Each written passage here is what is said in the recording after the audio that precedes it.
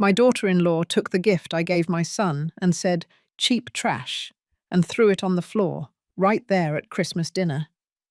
Her mother laughed and looked at me with contempt. I didn't say a word. I just withdrew my investment, arranged for the BMW to be picked up, and told him, "From now on, you are on your own." She went pale instantly. It was 9:15 p.m. on December 24th. My house in Denver smelled of hot cider and freshly baked turkey.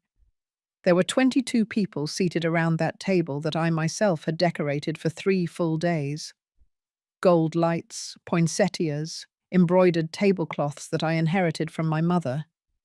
And in the midst of all that effort, all that silly hope I still held in my chest, my daughter-in-law took my grandfather's watch, that pocket watch that had survived 4 generations of my family, and tossed it on the floor as if it were an empty wrapper. "This," said Valerie, holding the blue velvet box between 2 fingers as if it burned her. "Seriously, Elizabeth, a scratched old watch." Her voice cut through the air. The conversation stopped. Someone dropped a fork. "It's cheap trash." Those 2 words came out of her mouth so naturally that it took me seconds to process what she had said. Then came the gesture. She took the watch, lifted it for everyone to see, and let it fall. The sound was dull, final. I looked at my son. Matthew was sitting next to her with his eyes glued to his plate. He didn't look up. He didn't say a word. His hands trembled slightly, but he did nothing. Absolutely nothing. And then I heard the laughter. Grace, Valerie's mother, covered her mouth with one hand, but she couldn't contain the burst of laughter.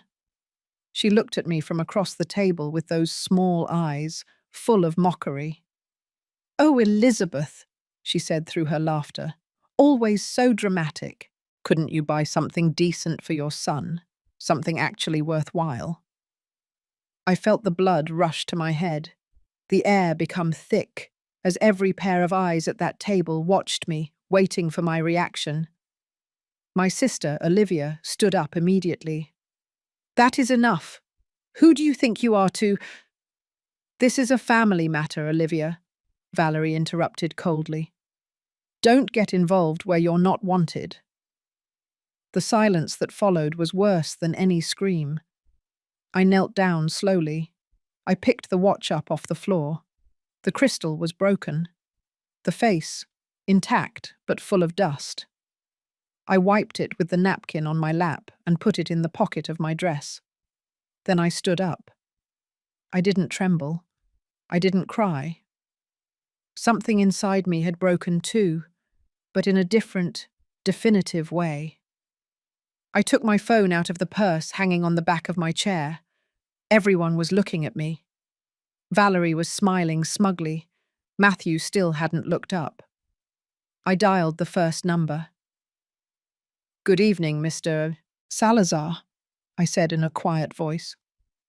"I'm sorry to call on Christmas Eve. I need you to recover a vehicle. A BMW 5 Series, license plate XYZ 923K, tonight. Yes, now." Valerie's smile began to fade. I dialed the second number. "Roger, it's Elizabeth Montero. Yes, Merry Christmas to you too. I need you to remove Matthew Montero from all corporate accounts, immediately. No, it's not a mistake. Do it now." Valerie stood up. "Wait, what are you doing?" I didn't answer her. I dialed the third number. "Telephone banking. Good evening. I need to freeze 2 credit cards in my name, ending in 4156 and 8923. Yes, I'm sure." "Mom," Matthew finally spoke, "you're overreacting. Valerie was just—" I looked at him. I really looked at him. And I didn't recognize the man in front of me. "You had 38 seconds, I told him. 38 seconds while your wife trampled on the memory of your great-grandfather. Of my grandfather. Of the man who taught me everything I know. And you didn't say anything." My voice didn't rise in volume. It didn't need to. Valerie, Matthew, I looked at both of them. From this moment on, you are on your own. Valerie let out a nervous laugh. What does that mean? Are you going to kick us out? This is your house, right? We live here too. You can stay as long as you want, I replied, but you won't receive $1 more from me. I walked over to where Roderick, my lawyer, was sitting next to my sister. I touched his shoulder. Roderick, are you free tomorrow morning? He nodded, understanding immediately. I need to update my will. Valerie's face lost all colour. And there, in that perfect instant of absolute silence, I knew I had made the best decision of my life. But to understand how I got to that point, to understand why that watch represented my red line, I have to tell you the whole story, from the beginning. If this story touched something in your heart, stick around until the end, because what comes next is going to leave you speechless. And if you want to keep hearing real stories like this, subscribe to the channel. My name is Elizabeth Montero, and I am 67 years old. I was not born rich. I didn't inherit anything easily. Every dollar I have in the bank carries the weight of my cracked hands and my sleepless nights. I grew up in Phoenix, in a small house behind a hardware store that smelled eternally of fresh paint and machine oil. My grandfather, Ernest, was the owner, a man with enormous hands and few words who taught me more with his actions than with his advice.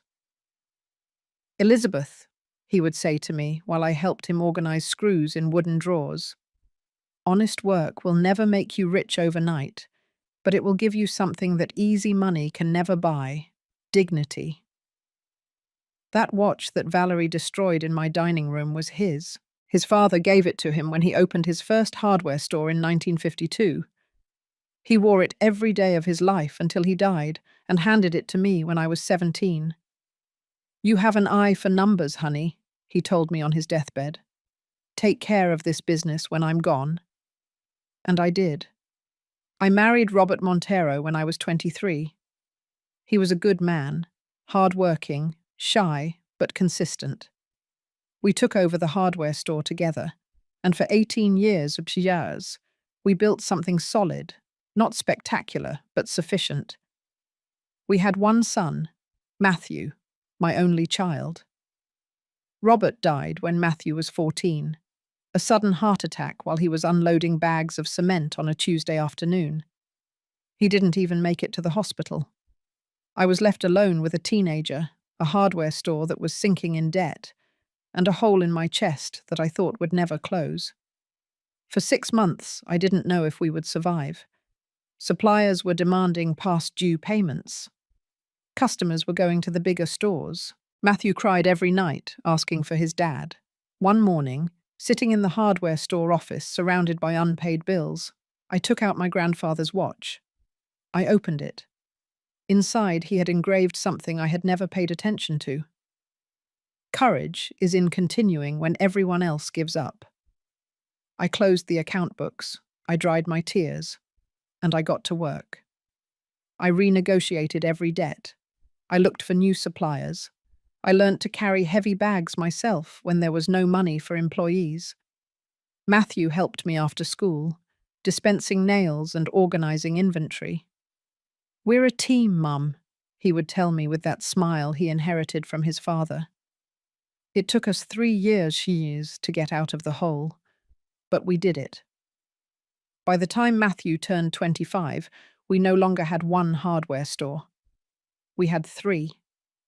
One downtown Phoenix, another in Scottsdale, and the third in Mesa. We employed 42 people. We were generating $6 million a year, all built with hard work, with early mornings, with difficult decisions and sacrifices that no one sees. I never remarried. I never had the time or the inclination. My entire life revolved around 2 things: my hardware stores and my son. Matthew studied business administration. He was smart, responsible, and caring. We saw each other every Sunday without fail. We had pancakes and bacon at my house, and then reviewed the business numbers together. One day all of this will be yours, son, I would tell him as I turned the balance sheets. I don't want it to be mine, Mum, he would reply. I want it to be ours, always. Those words, she filled my heart. I thought nothing could break what we had built together. I believed a son's love was unbreakable. But then she arrived. Valerie Sandoval appeared in our lives 4 years ago at a construction materials exhibition at the Phoenix Convention Center. Matthew was 33. She was 29. Tall, thin, straight, dark hair, always perfectly styled, expensive clothes, impeccable nails, a practiced smile. She introduced herself as a brand consultant for family businesses. She had elegant business cards and a social media profile full of photos in luxurious restaurants, trips to Maui beaches, and designer bags. Lifestyle influencer, she called herself. 180,000 followers. Matthew was fascinated. I felt something cold run down my back from the first moment I saw her look at me. Her eyes evaluated me up and down in 3 seconds, calculating, measuring, cataloguing. She didn't like me, and I didn't trust her either. But my son was in love. Or at least, that's what he thought. And what I didn't know at that moment was that Valerie had not arrived in our lives by chance. She had arrived with a plan. The first 3 months were a perfect performance. Valerie was charming. She smiled at the right moment. She asked questions about the hardware stores with apparent genuine interest. She called me Mrs. Elizabeth, with a tone of respect that I now know was pure theatre. "Your son speaks wonders of you," she would say while we had coffee in my living room. "You must be very proud of everything you've accomplished." And I, like a fool, softened. Matthew brought her home every weekend. We had dinner together. She praised my food, although I noticed she barely took a bite. She always had some trendy diet. She always had an excuse. But there were things that didn't add up. One afternoon, Matthew casually mentioned that Valerie lived in an apartment in Beverly Hills, one of the most exclusive areas in Phoenix. Rent, $45,000 a month. "And what exactly does she live on?" I asked him that night after she left. "From her social media, Mom. She has sponsorships, collaborations with brands." "Brands of what?" "Clothes, cosmetics, restaurants." "I don't know exactly." That vagueness bothered me, so I did what any mother would do. I investigated. Her Instagram profile was impeccable. Professional photos, captions in English and Spanish, tags for 5-star hotels and very expensive boutiques. But when I looked closely, something didn't quite fit. The comments were generic. The likes seemed real, but the genuine interactions were scarce. And above all, none of the brands that supposedly sponsored her mentioned her on their own accounts. I asked my niece, Danielle, who works in digital marketing. "Aunt," she told me after reviewing the profile, "this smells like bought followers. Look at the growth patterns. And these photos in hotels? I bet they are day visits or free trials. This does not generate the money she claims." I couldn't sleep that night. The next day, I invited Valerie to lunch, just the two of us. "Tell me about your family, Che," I said, while we shared some tacos at a place near the hardware store.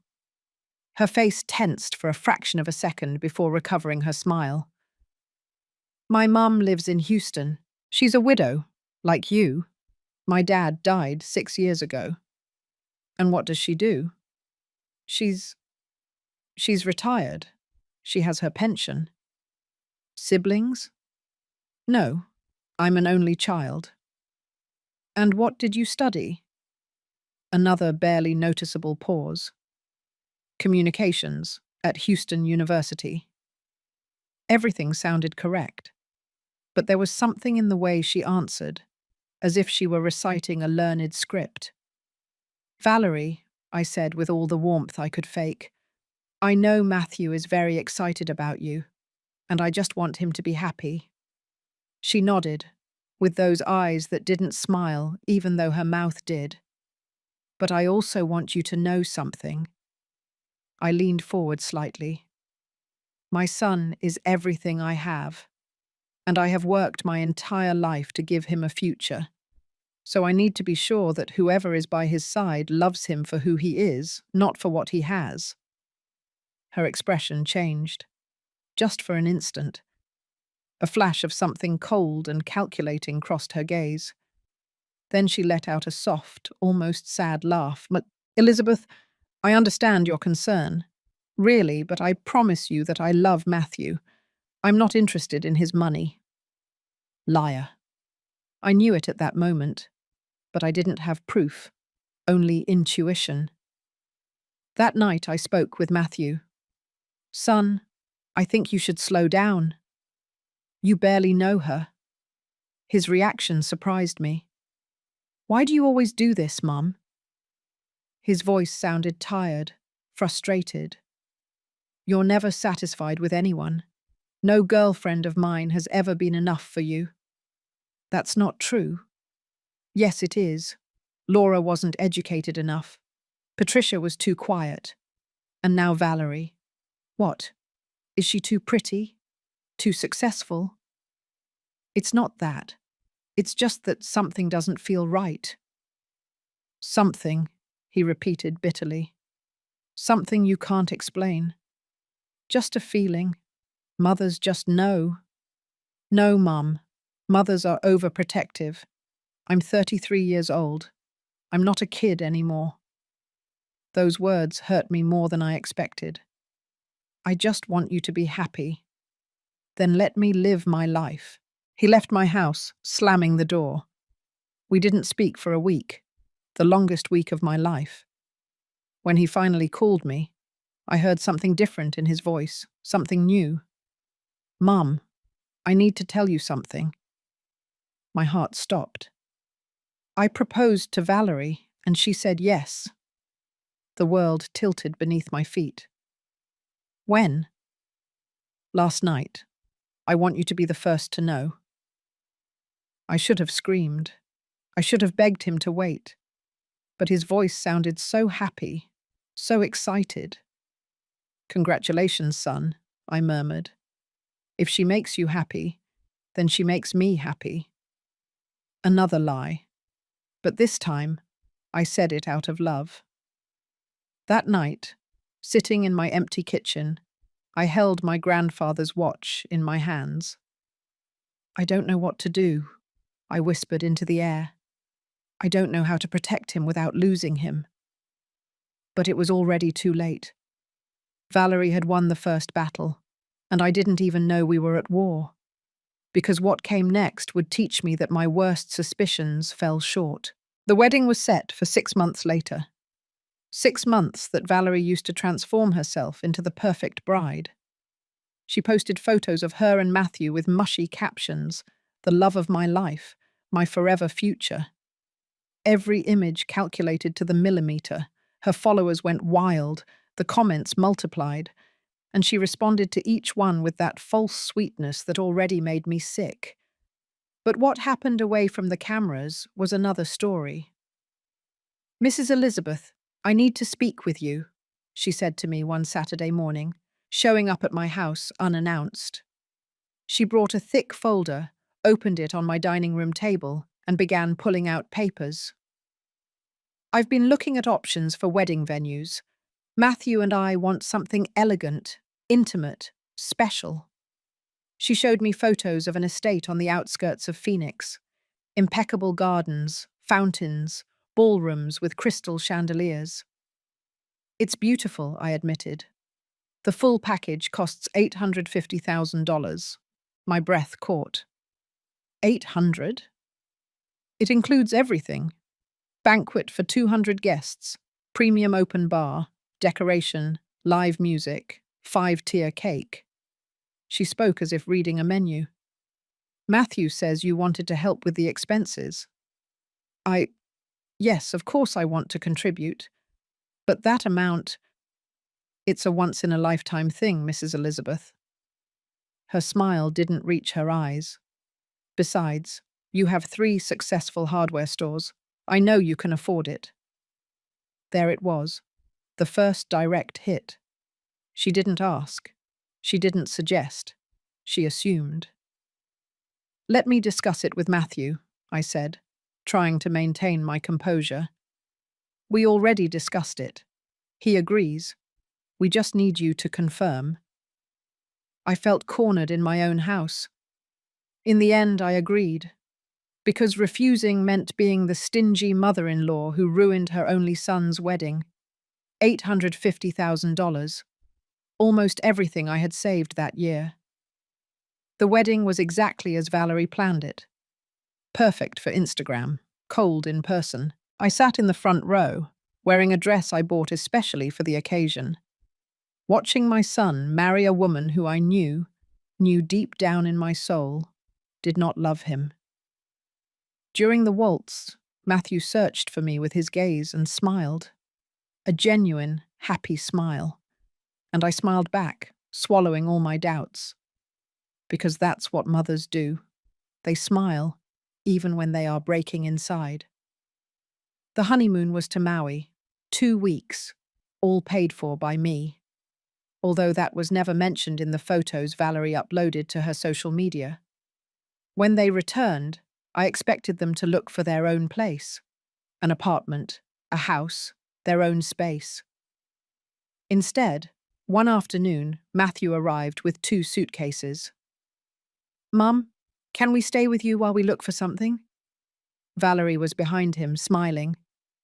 It'll only be a few months, she added. The housing market is so expensive right now. We need time to find something worthwhile. What was I supposed to say? No? Of course, son. This will always be your home. The months turned into a year, then 2, and staying temporarily turned into a permanent occupation. Valerie began to change things. First, it was small details, a new vase here, different cushions there. To modernize a little, Mrs. Elizabeth, with all due respect, but your decor is very traditional. Then there were bigger things. She wanted to paint the living room grey instead of the beige I had chosen. It's more elegant, more contemporary. One day I came home from work and the photo of my wedding to Robert, which had been on the living room wall for 25 years, was gone. Where is my photo? I asked, trying to keep calm. I put it away in your room, Mrs. Elizabeth. It makes the living room look like a museum. We need more neutral spaces. Museum. She called my history a museum. Matthew was there, hearing everything. He didn't say anything. That photo goes back in its place, I said firmly. Valerie sighed dramatically. As you wish. But the damage was done. The message was clear. This was no longer my house. It was hers. And then Grace arrived. Valerie's mother showed up on a Thursday afternoon with 3 large suitcases. Mum had problems with her landlord in Houston, Valerie explained. She was evicted. She needs to stay with us for a while. They didn't even ask me. Grace was a woman of 58, round, with a high-pitched voice and constant opinions. She settled into the guest room as if it were a hotel. She never offered to help with anything. She didn't cook. She didn't clean. She spent her time watching soap operas and criticizing everything I did. Oh, Elizabeth, are you still using that blender? It's so old. Elizabeth, you should change those curtains. They look like they're from the 80s. Why don't you hire someone to help you with the yard? It looks neglected. And Valerie backed her up on everything.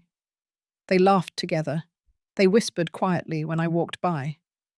They looked at me as if I were the intruder, in my own house. Matthew worked at the hardware stores, but we no longer had those Sunday breakfasts.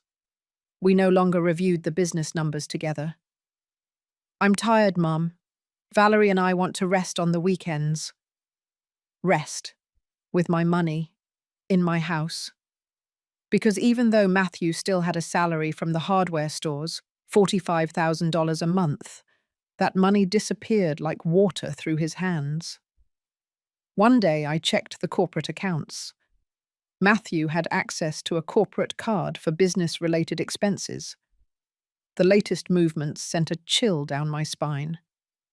Very expensive restaurants, clothing boutiques, a jewelry store at the Grove, $120,000 on a bracelet. I confronted him that night. Matthew, what is this? These are gifts for Valerie? With the company card? Mum, we're married. What's mine is hers too. But this is not yours. It belongs to the company. It belongs to the hardware stores we built together. Valerie walked into the living room at that moment. What's the problem, Mrs. Elizabeth? You don't want your son to give things to his wife. The problem, she interrupted me, is that you treat Matthew as if he were still a child, as if he needed your permission for everything. Tears instantly welled up in her eyes, a talent she mastered perfectly. I just want you to accept me, to trust me, but you always see me as an enemy. Matthew immediately hugged her. There, honey, calm down. And then he looked at me with reproach. Mum, you need to stop controlling everything. That night I cried in my room, in silence, so no one would hear me, because I was losing my son. And the worst thing was that he didn't even realize it. The change was so gradual that I almost didn't notice it, like when you boil a frog alive. If you turn up the heat suddenly, it jumps out. But if you increase it degree by degree, it stays there until it's too late. That's how I lost Matthew. Sundays had been sacred for 33 years. Since he was a child, we had breakfast together. Ranch-style eggs, sweet rolls, hot coffee brewed the traditional way. We talked about everything. About life, about the business, about his dreams. But after the wedding, those Sundays began to be cancelled. Mum, Valerie isn't feeling well. Maybe another day. Mum, we have plans with Valerie's friends. Mum, we need time for ourselves as a couple. At first, I understood. They're newlyweds, I thought. It's normal. But another day never came. The calls also changed. Before, Matthew called me every day, just to say hello, to ask me how my day had been. Now, if I didn't call, days would pass without talking. And when I did, the conversations were short, cold. Everything okay, son? Yes, Mum. Just busy. Busy doing what? We can see each other for... Talk to you later. I have to hang up. Click. One Saturday, my dear friend Linda invited me out to lunch. We went to a restaurant downtown, and while we waited for our food, she put her hand on mine.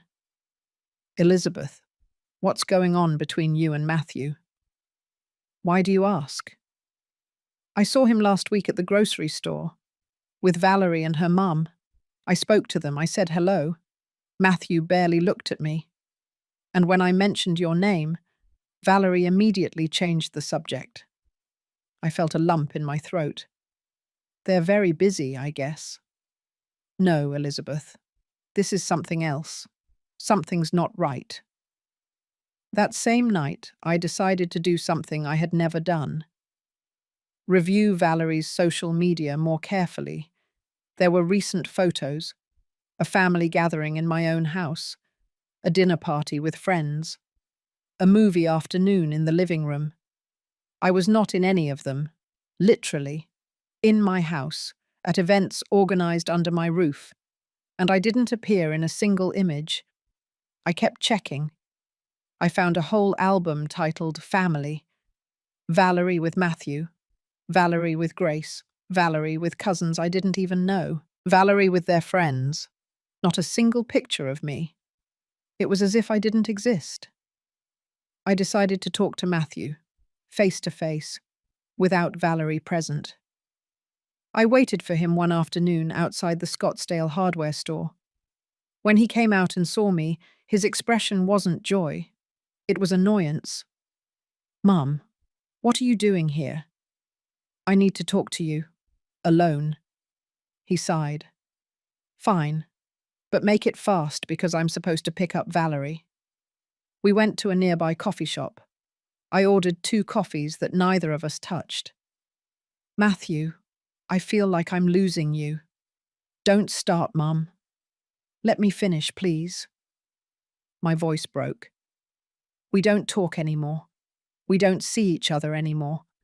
And when we are together, I feel like you're miles away. It's because you don't make it easy." "I don't? What did I do?" "You constantly make Valerie feel bad. With your comments, with your looks, with your attitude."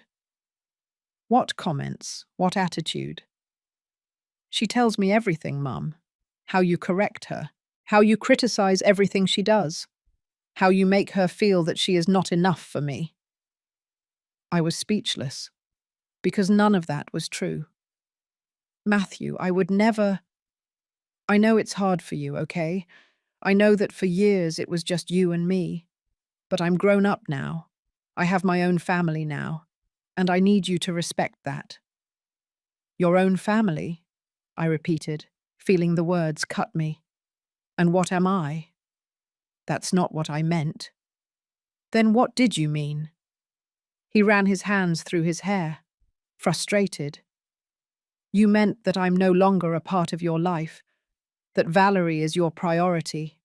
And I'm just the woman who lives in the same house, the one who pays the bills, the one who keeps the business running while you spend on luxuries." "Now you're overreacting." "Overreacting, Matthew? I've covered over $1 million in expenses that aren't mine. The BMW, the clothes, the trips, the restaurants, the jewelry. I pay for everything while Valerie shows off a life on social media that she doesn't pay for herself." His jaw tensed. "It's not all about money, Mum." "You're right. It's not about money. It's about respect. It's about valuing what you have. It's about—" My phone vibrated. A message from my trusted employee, Rose. "Mrs. Elizabeth, did you authorize Valerie to use the company truck to go shopping?" I felt my blood boil. I showed the message to Matthew. "Did you give her access to the vehicles too?" "She's my wife. What's wrong with that?" "They are not yours to give away, Matthew. They belong to the company." "You are impossible." He got up from the table. "I can't talk to you when you're like this." "Like what? Defending what I built with my own hands?" "Controlling, manipulating, making everyone feel guilty." Those words went through me like bullets. I have to go." And he left. I stayed seated in that empty coffee shop, watching my coffee get cold, feeling everything I had built crumble. 2 weeks later, I discovered something worse. Danielle, my niece, sent me screenshots. Valerie's Instagram stories that were only visible to close friends. In one of them, she was in my living room with Grace and 2 of her friends, wine glasses in hand. The text read, "When your mother-in-law goes to work and you can finally breathe." The comments were worse. "Oh, girl, the patience you have. Just kick her out of her own house, ha ha ha. Tell her to go to a nursing home, she's served her time." And Valerie had reacted with laughing emojis to every comment. I cried so much that night that I thought I was going to be dehydrated. But the worst was yet to come. One afternoon, I got home early. I had closed an important sale and wanted to share the news with Matthew. I thought maybe we could reconnect. When I walked in, I heard voices in the kitchen. Valerie was on a video call. She had the speakerphone on. "I can't take it anymore here, I swear," she said in a tired voice. It's unbearable. All the time watching, all the time with her comments. "And what does Matthew say?" asked the voice on the other end. "Matthew does what I tell him. I've almost convinced him. In a few months, all of this will be ours. We just have to wait a little longer." "And what if she leaves you out of the will?" Valerie let out a laugh. "She's not going to leave her only son with nothing. And when Matthew inherits, I inherit. That's how it works." I was paralyzed in the hallway. Everything clicked at that moment. Every detail, every manipulation, every fake tear. She never loved me. She never loved Matthew. She only wanted what she could get from us. I backed away silently. I left the house. I got into my car and drove aimlessly for hours. When I finally returned, it was already night. Valerie and Grace were in the living room watching television as if nothing had happened. "Good evening, Mrs. Elizabeth," Valerie said with that perfect smile. I smiled back, because I had learned something from her. I could act too. And as I headed to my room, an idea began to form in my mind. If she could play, so could I. But my rules were going to be very different. November arrived with unusual cold for Phoenix. I kept smiling. I kept being friendly. I kept behaving like the naive mother-in-law Valerie thought I was. But inside, something had changed. I was no longer the woman begging for attention. I was no longer the desperate mother trying to win back her son. I was a businesswoman who had survived the death of her husband, debts, abusive suppliers, 30 years and sowers in a male-dominated market. And if life had taught me anything, it was this. Never underestimate a woman who has nothing left to lose. I began to document everything, every unjustified expense, every improper use of company resources, every credit card, every invoice, every bank transfer. I asked my accountant, Roger, to prepare a detailed report of the last 3 years for me.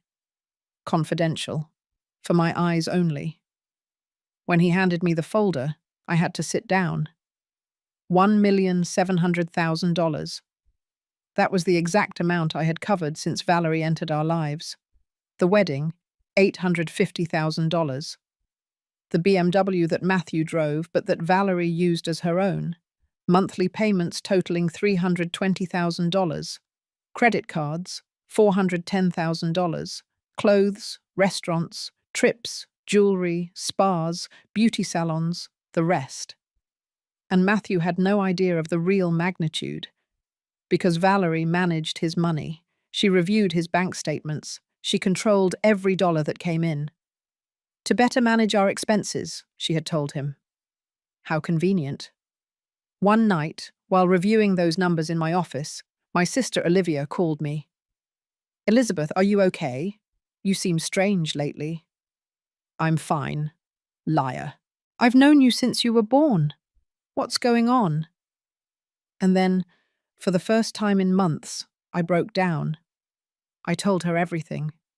The manipulation, the isolation, the conversation I heard, the numbers I had just discovered. Olivia was silent for a moment. "And what are you going to do?" "I don't know yet, but something has to change." "Well, I support you in whatever you do, but be careful, sister. That woman is dangerous." "I know. That's why I have to be smarter than her."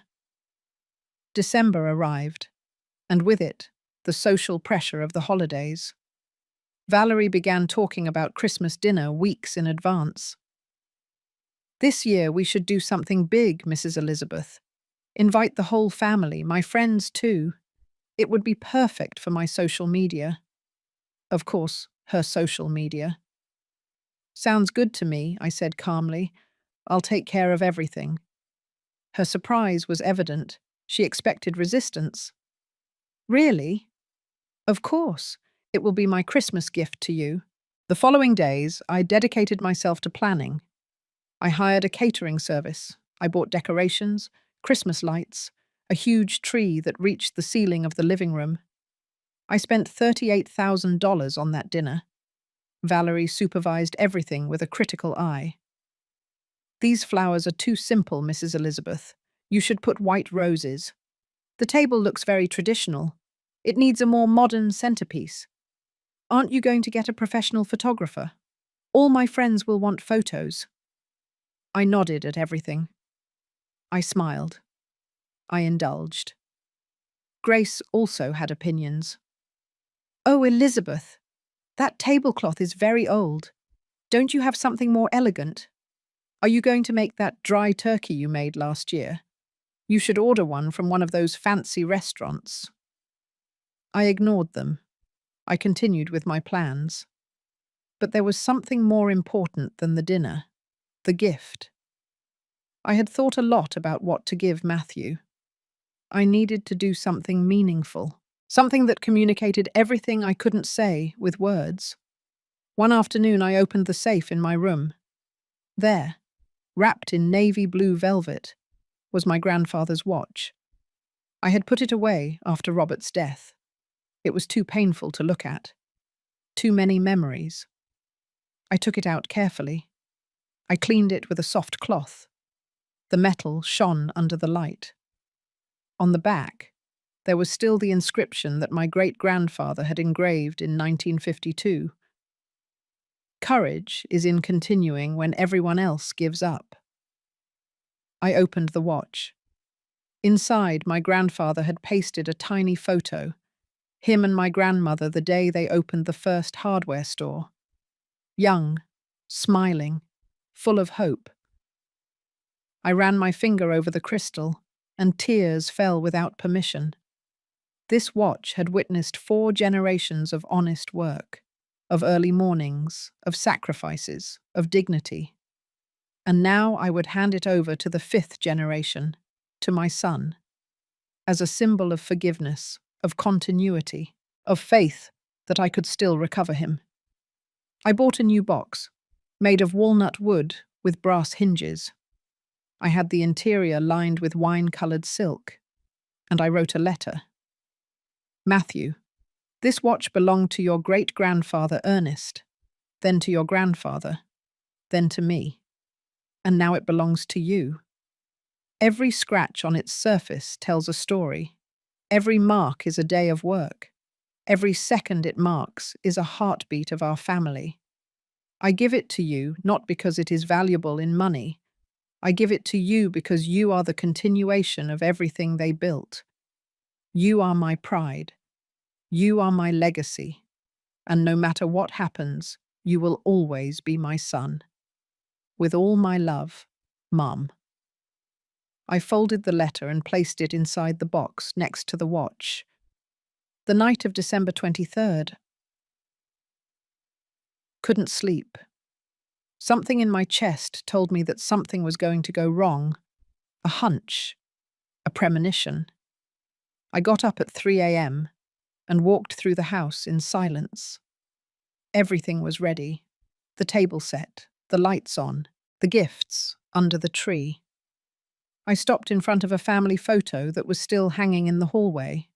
Matthew was 12 years old. Robert was hugging me around the waist. The 3 of us were smiling. Give me strength, I whispered, because I think everything is going to change tomorrow. I didn't know how right I was. The morning of the 24th arrived cold and cloudy. Valerie came down for breakfast in a tight red dress, heels, perfect makeup. At 9 a.m. It's going to be epic today, she said, while taking a photo in front of the tree. I can feel it. Grace appeared behind her, laughing at something on her phone. Matthew came down last. He looked tired, dark circles under his eyes. Good morning, Mum. Good morning, son. I wanted to hug him. I wanted to tell him so many things, but I just smiled. Ready for tonight? He vaguely nodded, and as I watched the 3 of them laughing in the living room, detached from them as always, I held the box with the watch in my hands. I didn't know that in a few hours, that piece of metal and memories was going to become the line that would separate my life into a before and an after. That tonight, everything I had silently endured was going to explode. That I was finally going to defend myself, and that when I did, there would be no turning back.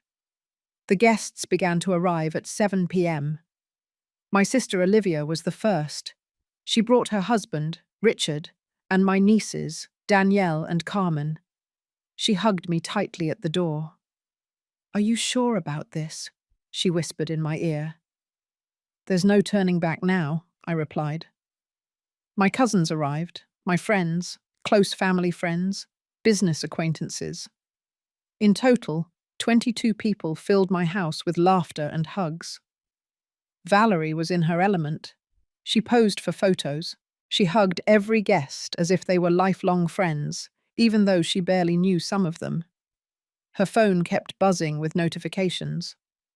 "I'm uploading everything live," she told one of her influencer friends, who she had also invited. "My followers are going crazy over the decor." Grace walked around the living room with a glass of wine, commenting on everything.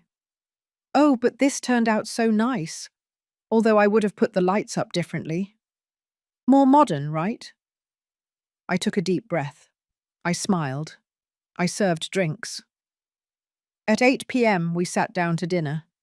The table was beautiful, I have to admit. White porcelain plates, silver cutlery, crystal glasses that reflected the lights of the tree, the turkey in the center, golden and steaming. Matthew sat to my right, Valerie next to him, Grace across from me, because of course she had claimed that seat. Before we started, I said, raising my glass, "I want to thank everyone for being here. Family is the most important thing we have, and tonight we celebrate that." "Cheers," everyone said in unison. Valerie looked at me. There was something strange in her expression, as if she was evaluating me. Dinner went on normally, crossed conversations, laughter, Christmas music in the background. But I barely ate a bite. My stomach was knotted, my hands were sweating under the napkin on my lap because I knew what was coming. At 9:30, after dessert, Valerie tapped her glass with a spoon. "It's gift time," she announced enthusiastically. "I want to start." She got up and pulled several boxes wrapped in gold paper from under the tree. "This is for you, Mrs. Elizabeth," she said, handing me one. I opened it. It was an apron with the phrase, "World's Best Mother-in-Law." The laughter was uncomfortable. Olivia looked at me with narrowed eyes. "Thank you," I said, putting it aside. Valerie handed out more gifts.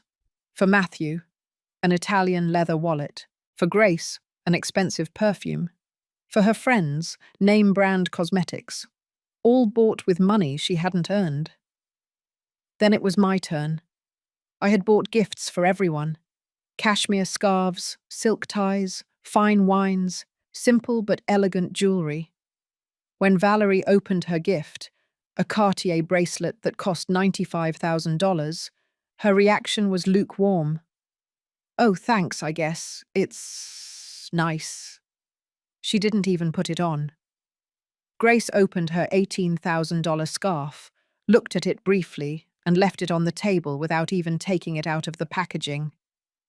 "How thoughtful," she mumbled without emotion. I felt the first sting of anger, but I swallowed it. Finally, I took out the walnut box.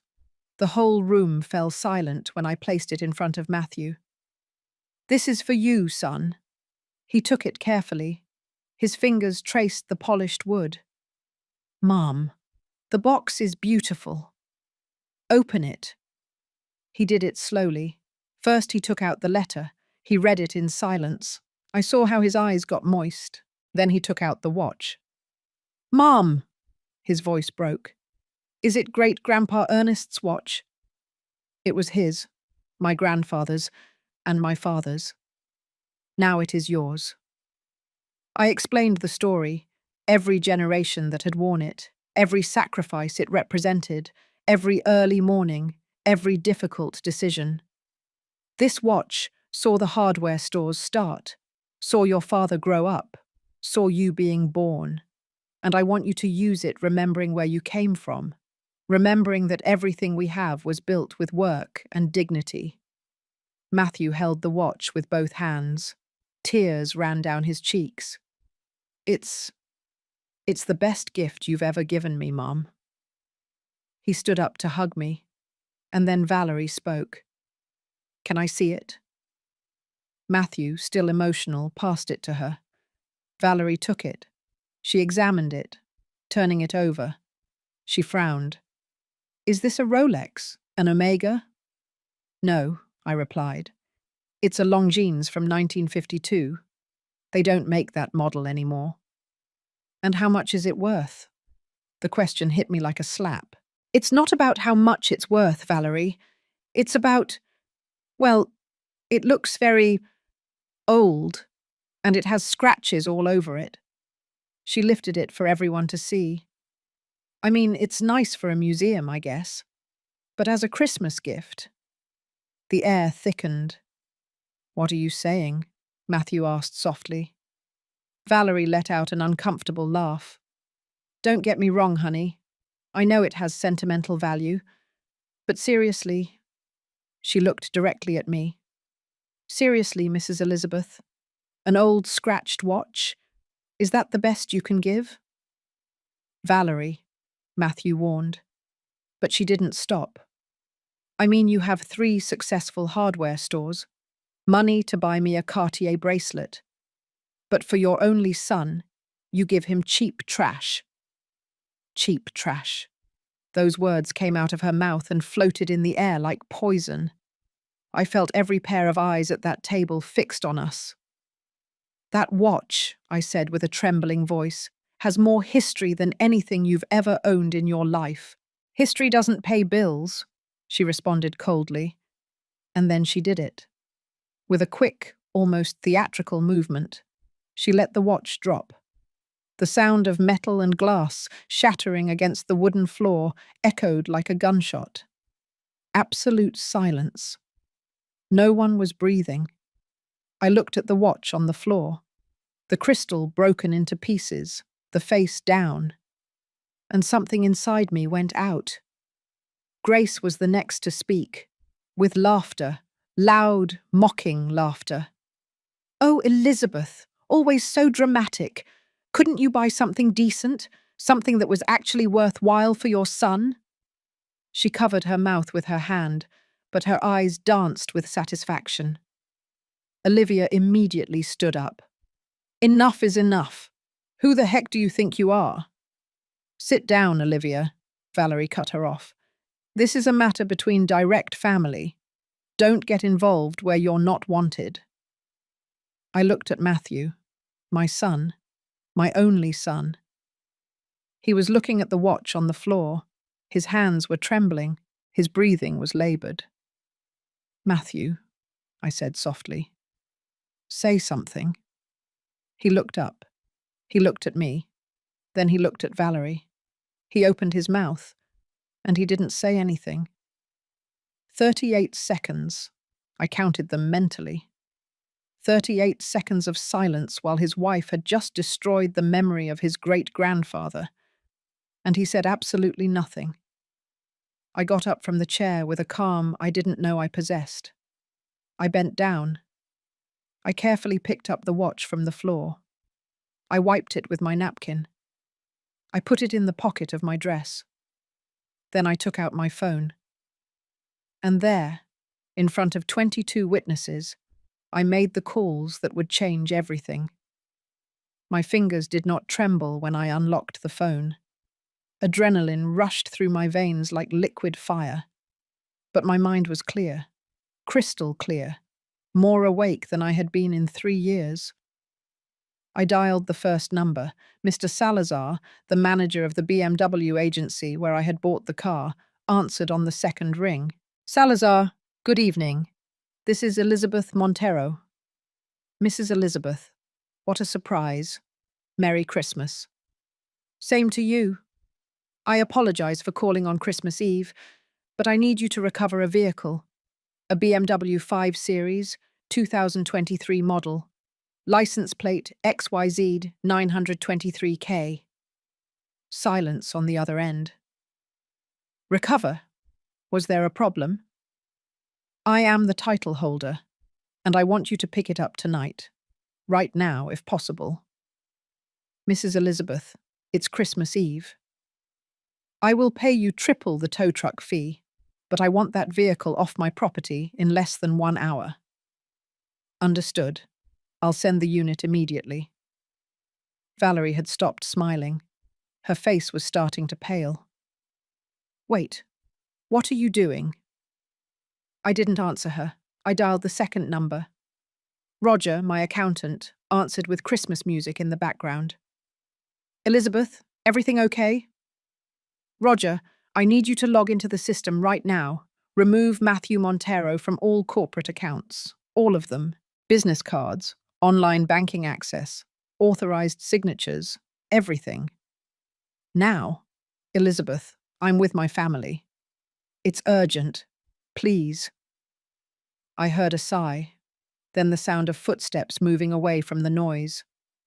Give me 2 minutes. Thank you. Matthew finally reacted. Mum, what are you doing? This is an exaggeration. I looked at him, and in that moment, I didn't see my son. I saw a stranger. Exaggeration? Your wife just threw your great-grandfather's watch on the floor. Your great-grandfather's. And you didn't say anything. I was in shock. I didn't know. You had 38 seconds, Matthew. I counted them. 38 seconds to defend the memory of your family, to defend your mother, and you chose silence. I dialed the third number. Telephone banking. Good evening. This is Elizabeth Montero speaking. Customer number 4M78829B. Good evening, Mrs. Montero. How can we help you? I need to freeze 2 additional credit cards on my account, ending in 4C156 and 8M1923.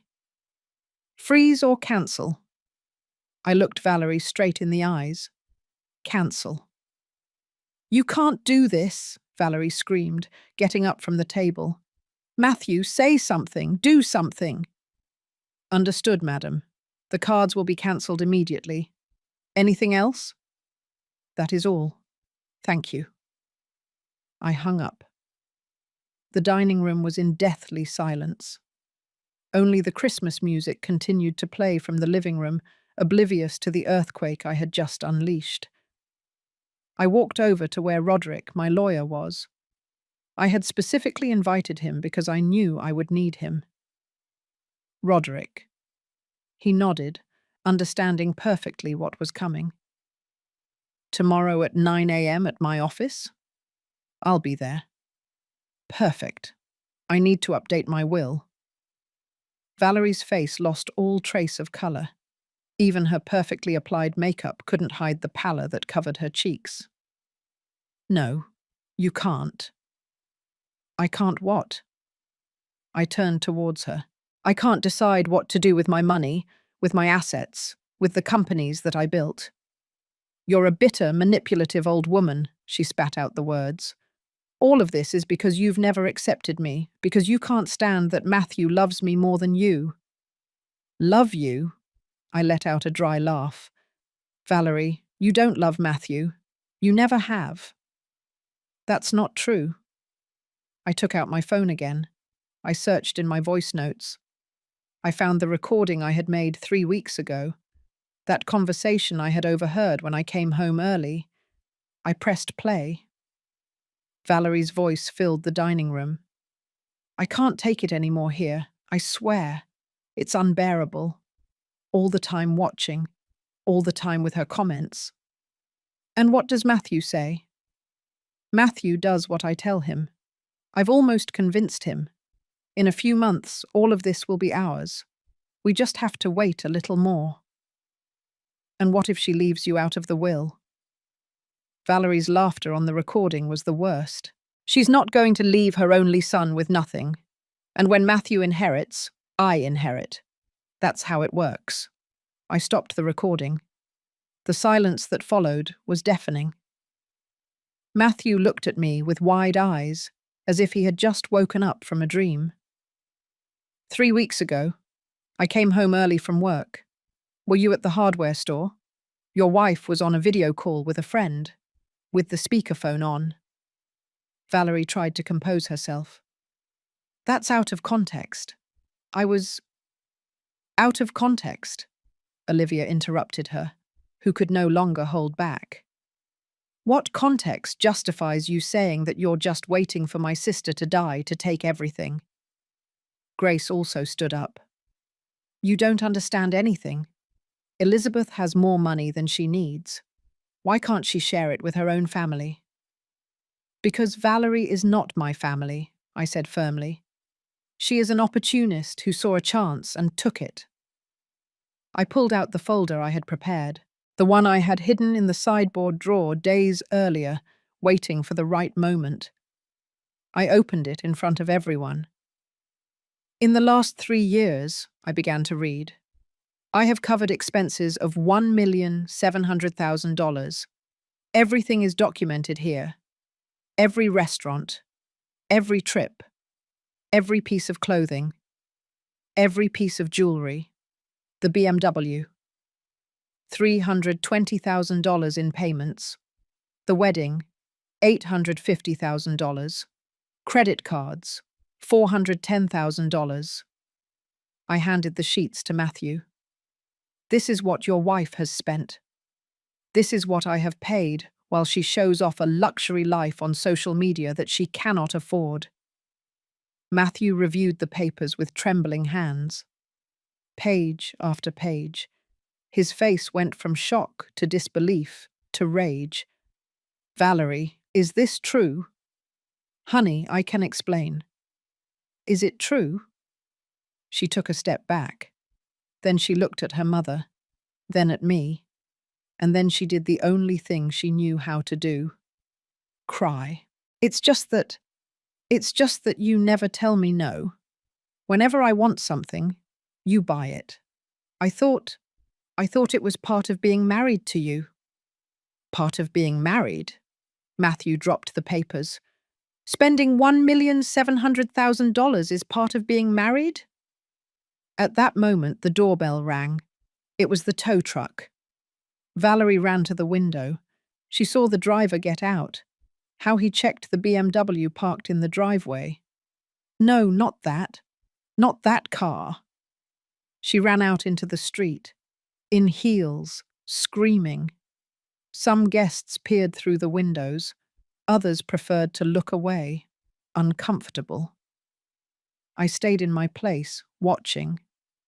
Matthew slumped into his chair, his head in his hands.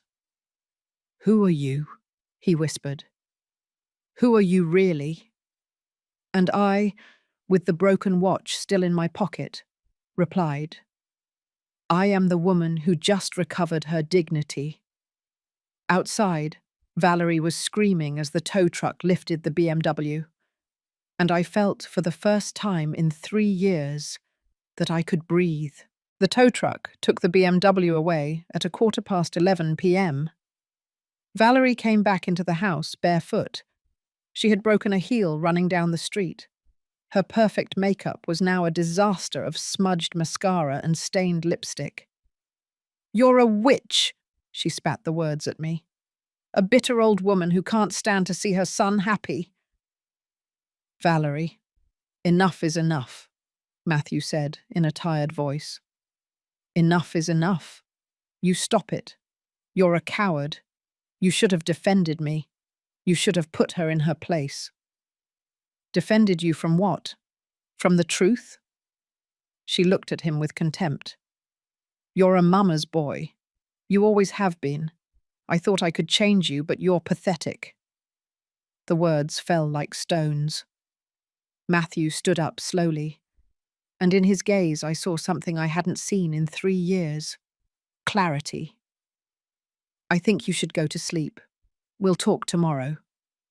There's nothing to talk about. Either you support me or nothing, Valerie. Go to sleep. She stomped up the stairs, with Grace following her while muttering insults I couldn't quite hear.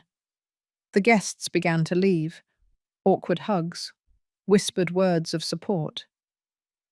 "You did the right thing," my friend Linda told me as she left. "That woman deserved this and more," my cousin Frank added. Olivia was the last to leave.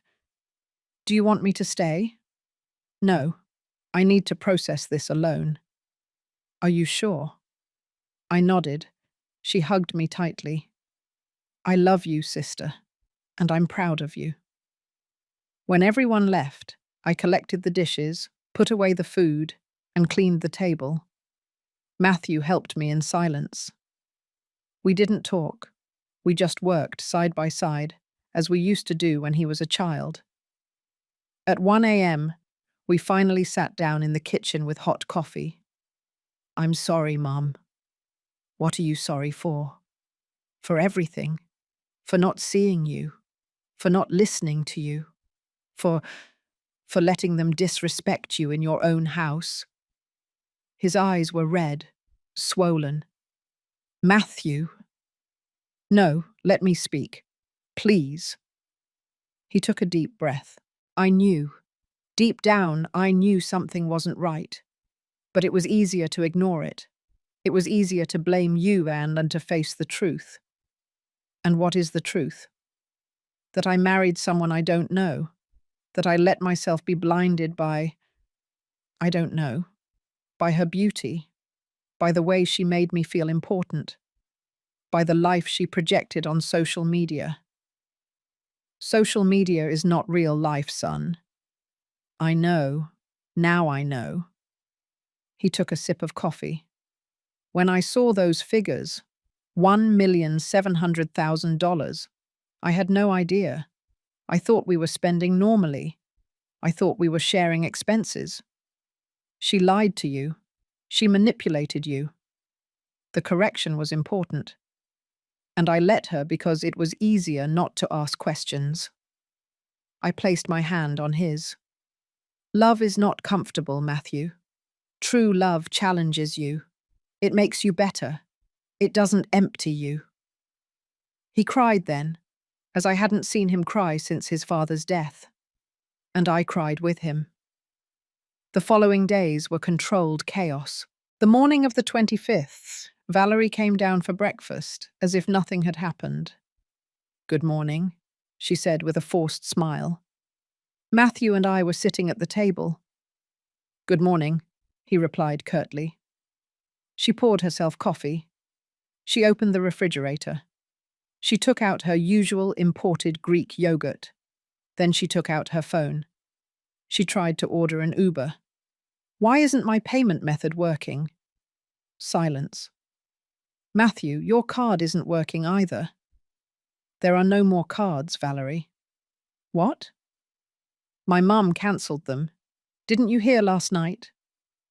I saw panic cross her face. She went into her banking app. She checked. She checked again. "And how am I supposed to get around?" "Public transportation," I suggested, taking my coffee. "Like millions of people in this city." She glared at me. That afternoon, Valerie went out with her friends. Or at least, she tried. They picked her up in a car. They went to a restaurant at the Grove, one of those places with tiny plates and ridiculous prices. But when the check came, her card was declined. "It must be a mistake," she said nervously. "Try this other one." Declined again. One of her friends had to pay, with a tight smile and a "don't worry" that sounded anything but. Danielle told me later. She found out because Valerie's friend uploaded a story to Instagram. A photo of the receipt with the text, "When you invite someone out to eat and your friend forgot her wallet." Valerie lost 200,000 followers that day. On December 26th, she tried to go shopping. She had seen a dress in an exclusive boutique days before. She had it set aside. $7,000. When she arrived to pick it up, all her cards were declined. "I'm sorry, madam. If you can't pay today, we'll have to put it back on the sales floor." The humiliation was public. There were other customers. They recognized her from Instagram. The murmurs began immediately. She came home furious that night. "This is abuse, financial abuse. I can sue you." "Sue me?" I replied without looking up from my book. "What money are you going to pay the lawyer with?" "I don't know." Matthew was in his room. He didn't come down to defend her. On the 27th, Grace tried to mediate. "Elizabeth, let's be reasonable. You're a family. Everyone makes mistakes." "Everyone or just your daughter?"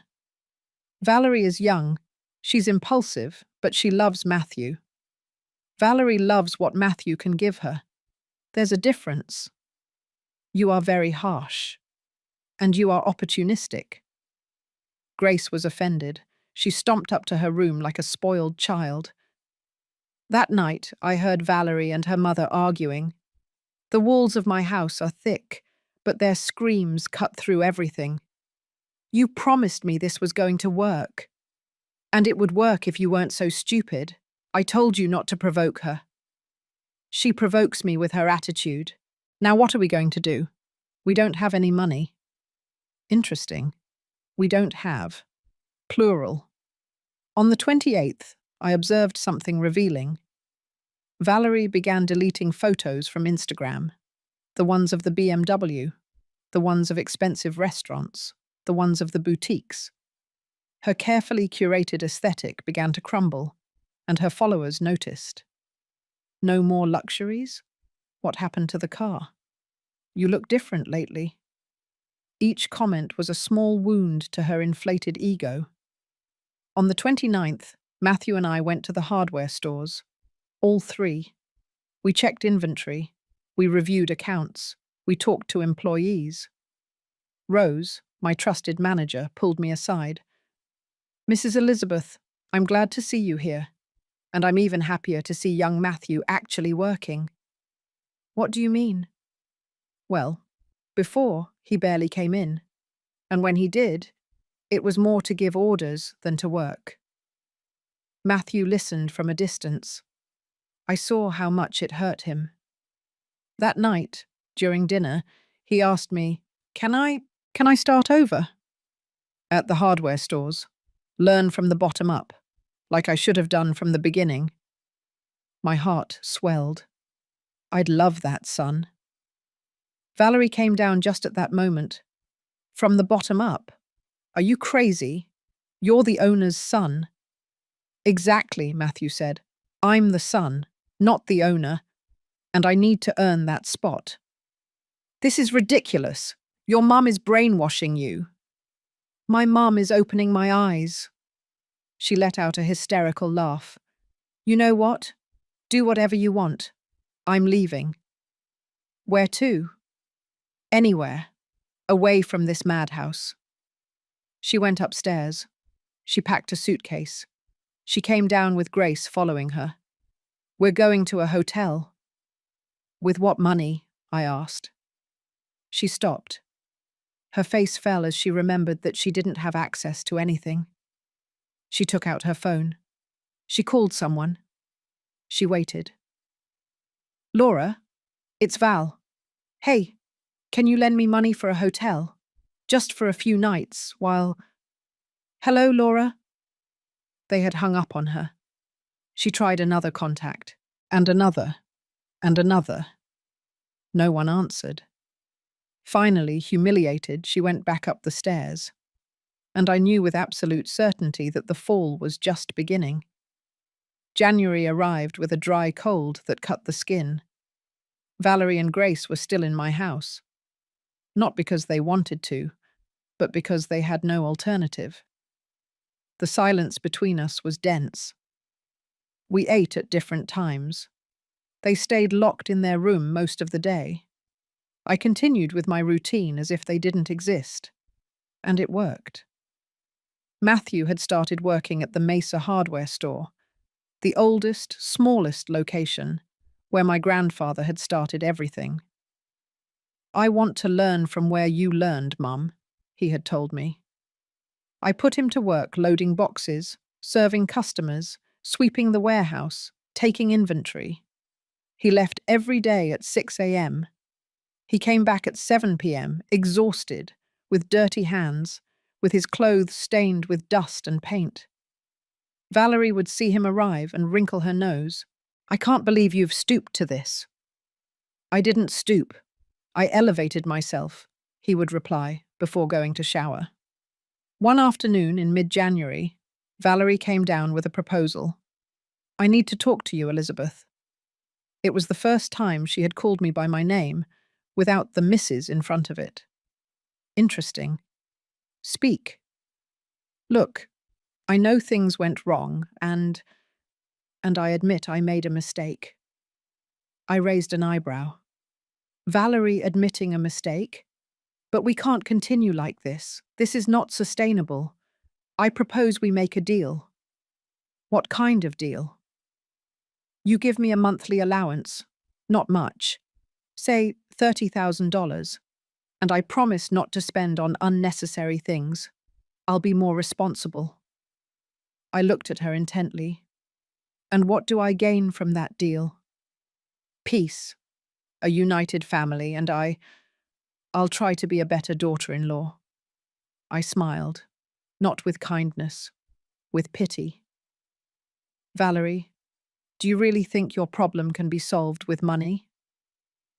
"Everything is solved with money. There is your mistake. Money doesn't buy character. It doesn't buy humility. It doesn't buy true love." "Then what do you want from me?" "Nothing. I want nothing from you." She stood there, processing my words. "And I'm supposed to live without anything, like a beggar?" "You're supposed to live like most people, working, earning your own money." "I work. I have my Instagram." "Instagram is not work when your followers were bought and your sponsorships are lies."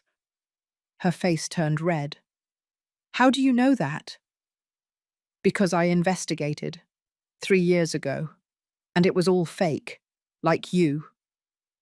She stormed out of the kitchen. 2 days later, I found Valerie crying in the living room. Not manipulative tears this time. Real tears.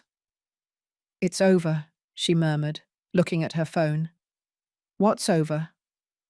"Everything. I've been cancelled. On social media. Someone uploaded a video of when my cards were rejected at the restaurant, another one of the boutique. Someone else talked about the tow truck taking the BMW on Christmas Eve. She showed me her phone. The comments were merciless. Fraud. She was living off her mother-in-law's money. Fake influencer. How pathetic. "I've already lost 200,000 followers," she sobbed. "Brands are blocking me. No one wants to work with me." "And that hurts you more than having hurt the people who opened their home to you." She looked at me with reddened eyes. "You don't understand. This was my life, my identity. Who am I without this?" "That is exactly the question you should have asked yourself 3 years ago." I sat down next to her. Not close, but not far either. "Valerie, do you know the difference between you and me?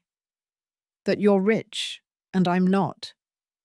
No, that I built something real, something with my hands, something that survives beyond likes and followers." "I built something too." "You built an illusion, and illusions always crumble." She wiped her tears angrily. "And now what? Are you going to kick me out?" "No, you can stay as long as you need to, but on one condition." "Which one?" "That you get a job, a real job, and that you start paying your share of the expenses for this house." "A job? Me? Doing what?" "Anything. Waitress, salesperson, receptionist, whatever you find. That's it."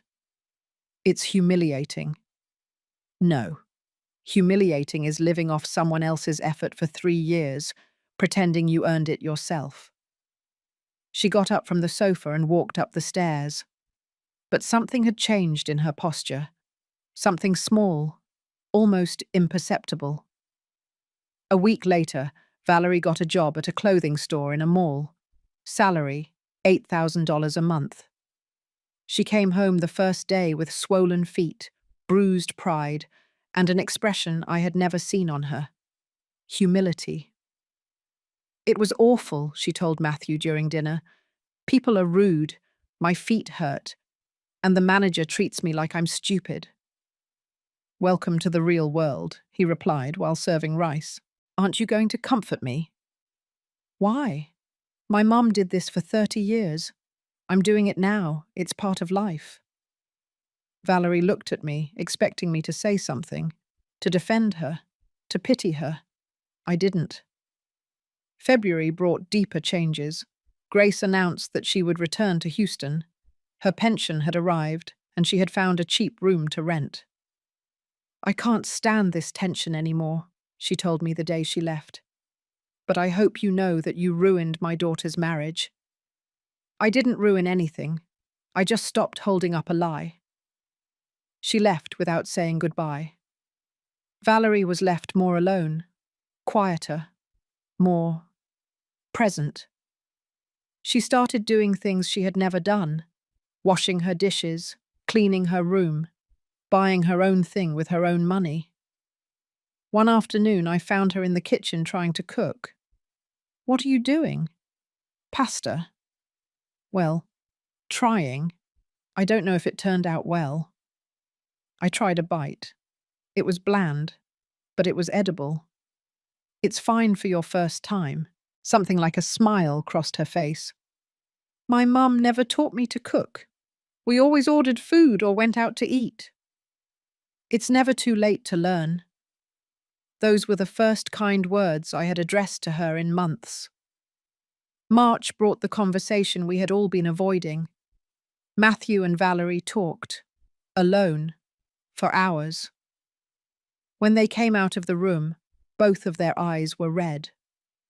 "Mum," Matthew said, "Valerie and I decided to separate." I didn't feel triumph. I felt relief. "Are you sure?" "Yes," Valerie replied.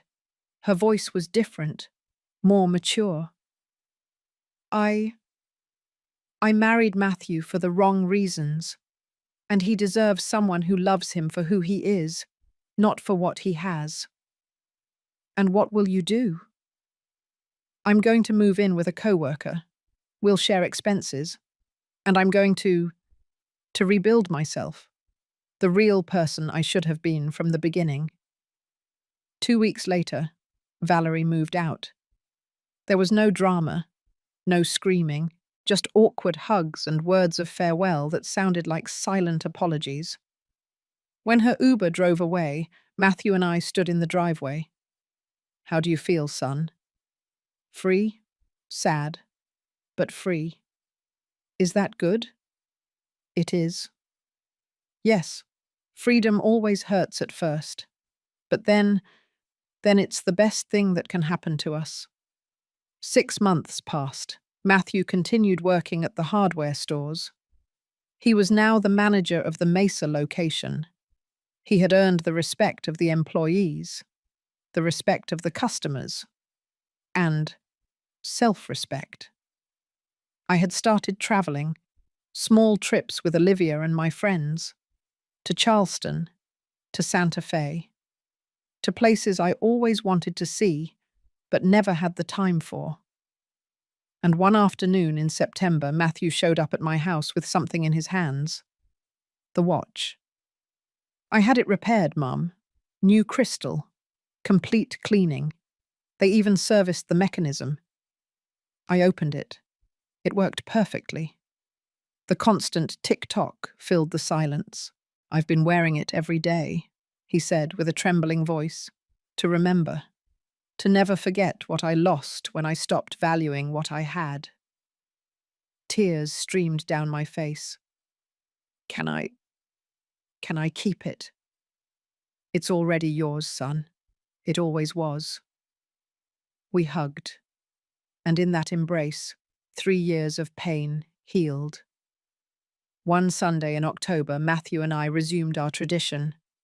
Breakfast at home, ranch-style eggs, sweet rolls from Don Joe's bakery, hot coffee brewed the way my grandmother taught me. "Do you know what the most ironic thing of all is?" he said to me while spreading butter on a sweet roll. "Valerie taught me something important without meaning to." "What's that?" "That true love doesn't ask you to give up who you are. It helps you become the best version of yourself." I smiled. "That's an expensive lesson, son. $1,700,000 expensive." He laughed, a genuine laugh that I hadn't heard since before his wedding. But it was worth every dollar, because it brought me back home, back to myself. That afternoon, while we were reviewing the hardware store books in my office, my phone vibrated. It was a message from Danielle. "Aunt, look at this." It was a screenshot of Instagram, Valerie's profile. It was no longer a luxury influencer account. Now it was called Valerie in Reconstruction. The profile picture showed her without makeup, hair tied back, a shy but real smile. And her last post read, "A year ago I lost everything. My credibility, my marriage, my false identity. It was the best thing that could have happened to me. Today I work in retail, I earn little, I live in a small apartment, and for the first time in my life I sleep peacefully. Because what I have is mine, I earned it myself, and no one can take it away from me. To all who are still looking for fake glamour, this is not that space. But if you are looking for honesty and real growth, welcome. We are learning together." It had 3,000 likes, and the comments were surprisingly positive. This is what I needed to see. Thank you for your honesty. Truly inspiring. I showed the phone to Matthew. He read it in silence. Then he nodded. "I'm happy for her, truly." "Do you miss her?" "I miss what I thought she was, but I don't miss the lie." He closed the accounting book and looked directly at me. "Mum, there's something I need to tell you." "Tell me." "Forgive me. For everything. For making you feel like you weren't enough. For letting them disrespect you. For choosing a fantasy over reality." I took his hand. "I already forgave you, son, the day you picked up that watch from the floor and decided to repair it. But I need you to hear it from my lips. I was wrong, terribly wrong, and if I could go back in time—" "We can't go back in time. We can only honor it by doing things better from now on." He cried then, tears of liberation, of healing, and I cried with him. Not out of pain this time, out of hope. November brought an unexpected surprise. Rose called me one Tuesday afternoon. "Mrs. Elizabeth, there is someone here asking for you." "Who?" "She says it's Valerie." My heart skipped a beat. When I arrived at the Scottsdale hardware store, I found her waiting in the reception area. She looked different. No excessive makeup, simple clothes, jeans and a white blouse, comfortable shoes. But the most different thing was her expression. There was no more arrogance, just nervousness. "Elizabeth, thank you for seeing me. What do you need?" She took a deep breath. "I came to apologize to you. I know I have no right. I know there are no words that can erase what I did. But I needed to tell you in person." I waited in silence. "I was terrible to you. I treated you like an ATM, as if your only purpose was to finance my fantasy life. And the worst thing is that I convinced Matthew that you were the problem when it was always me." Her voice cracked. "I threw your grandfather's watch on the floor. I destroyed something invaluable. And I can't give it back to you. I can't fix that moment. Matthew fixed it. The watch works perfectly." "He did?" A tear rolled down her cheek. "I'm glad, but I know there are things that cannot be fixed." "Why did you come, Valerie? What do you really want?" Nothing. I don't want anything. I just needed to look you in the eyes and tell you that you were right about everything, and that if I could go back in time, I would do everything differently. We stood there, in the middle of the hardware store that my grandfather built with his hands. "Do you know what I learned in these months?" she said to me. "That respect is not demanded. It is earned. That dignity doesn't come from what you have, but from who you are. And that true love is not what you can take from someone, but what you are willing to give without expecting anything in return. Those are important lessons. I learned them from you, watching you, even though I never wanted to see you." She sighed. "I don't expect you to forgive me. I just wanted you to know that your words, your example, saved my life, because I was dying inside, pretending to be someone I wasn't." I looked at her. I really looked at her for the first time, without prejudice or pain. And I saw a young woman who had made terrible mistakes, but who was trying to make peace with herself.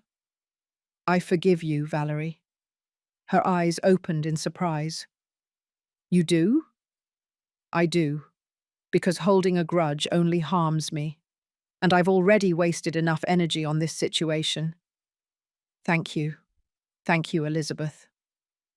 She turned to leave. Then she stopped. "One last thing. Matthew is a good man, and when he finds someone who truly deserves him, he will be very happy. I was never that person, but I'm learning to be better. For myself. That's all that matters." She walked out of the hardware store.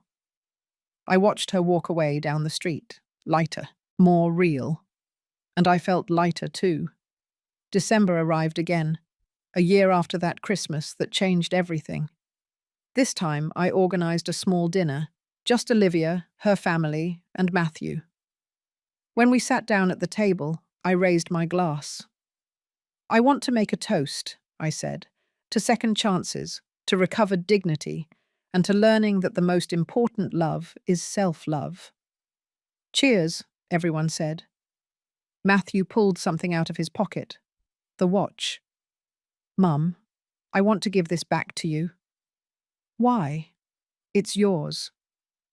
"I know, but I want you to keep it until I have children, until I can pass it on to someone as the man my great-grandfather would have wanted me to be. I'm still learning.